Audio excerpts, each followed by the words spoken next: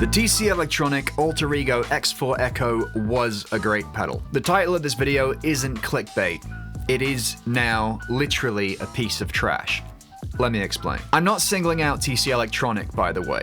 TC Electronic make good pedals. I've owned and enjoyed a few of them, and this pedal here was a really nice Echo pedal. What I'm going to talk about is a problem that a lot of equipment manufacturers have, and some of them deal with it better than others, and we as consumers of that equipment need to think carefully about it. Like I said, this was a good pedal, right up until it stopped working. I don't know what's wrong with it, because nothing happened to it. There's nothing visibly wrong with it, and I have next to zero electronics knowledge, so I can't diagnose it myself. I bought this pedal used a few months ago, and full disclosure, when I got it, this division switch was stuck on whole notes, which is fine because I basically never used dotted delays. Other than that, it worked okay until it didn't. The only and also terminal symptom is it doesn't power on when you plug it in. Nothing. The Alter Ego X4 pedal was introduced in 2014 and is now discontinued, and I bought it secondhand, so it's not under warranty.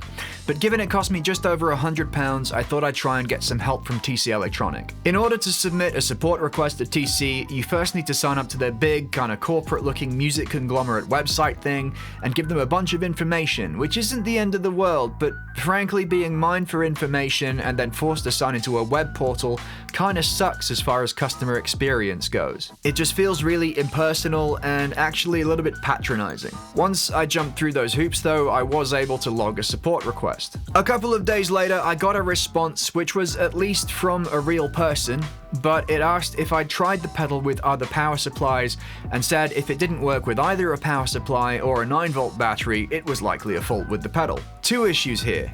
In the support request I submitted, I said that I tried multiple compatible power supplies without success.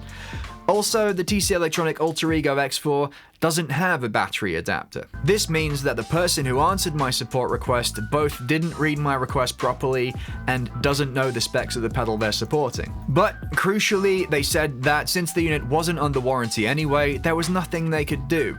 But they referred me to one of their approved UK service centres who they said might be able to help. I duly got in touch with the UK service centre and explained the fault, and they invited me to send in the unit, saying there would likely be an inspection fee. I replied asking what it was. They said it was only £16 and it would be refundable if I decided to proceed with repairs, which would cost £85 plus 20% VAT per hour for just the labour.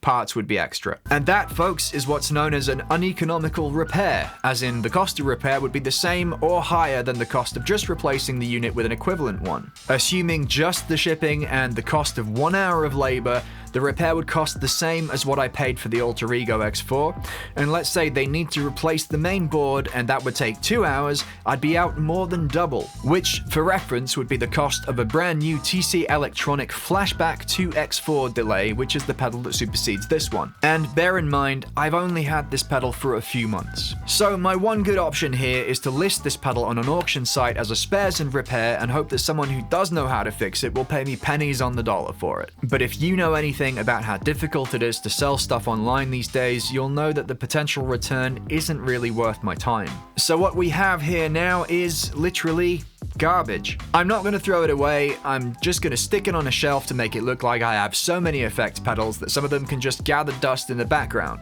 But that's the only thing keeping it from landfill. This is a pedal that was brought to market less than 10 years ago. I don't know when it was discontinued, but let's make the reasonable assumption they were in production for 5 years.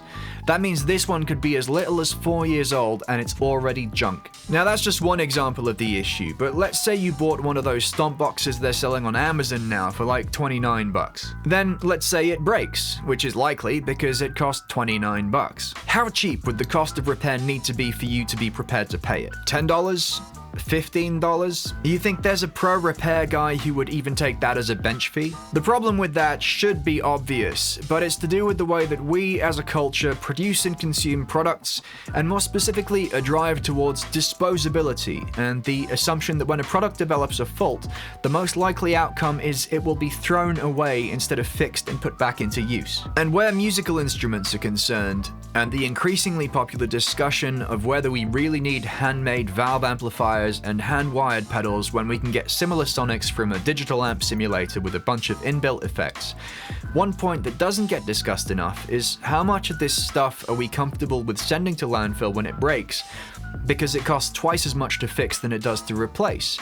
And to what extent should the companies who make these products be required to support them? Speaking of support, if you like what I do, the best way you can show that is to subscribe to my channel and leave a like, and feel free to add your comment to this discussion. If you really like what I do and you want to help me keep doing it, you can make a pledge via Patreon, linked in the description. Thank you so much to my current patrons for their ongoing support. So, it's not just because the legendary guitars and amps we worship came from an era when, if something broke, you would fix it and keep fixing it for as long as it was fixable, and people didn't like the idea of owning things they couldn't fix.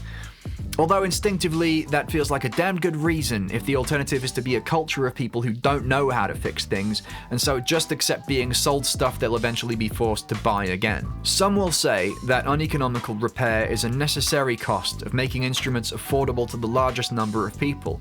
And to be fair, it's hard to argue with that. There is no ideal situation here, at least not one I'm aware of. Yes, it is likely that if musical equipment companies went down the road of making their products more durable and made a commitment to, for example, repair and exchange programs, the cost of their products would go up, and fewer people would be able to afford them. And that's where the discussion gets political, and also where I expose myself to accusations of hypocrisy, because the entire point of my channel is to tell you about guitar equipment you might want to buy. It's easy for me to talk about the choice between unaffordable and unsustainable, but like I said, I'm not claiming to have the answers.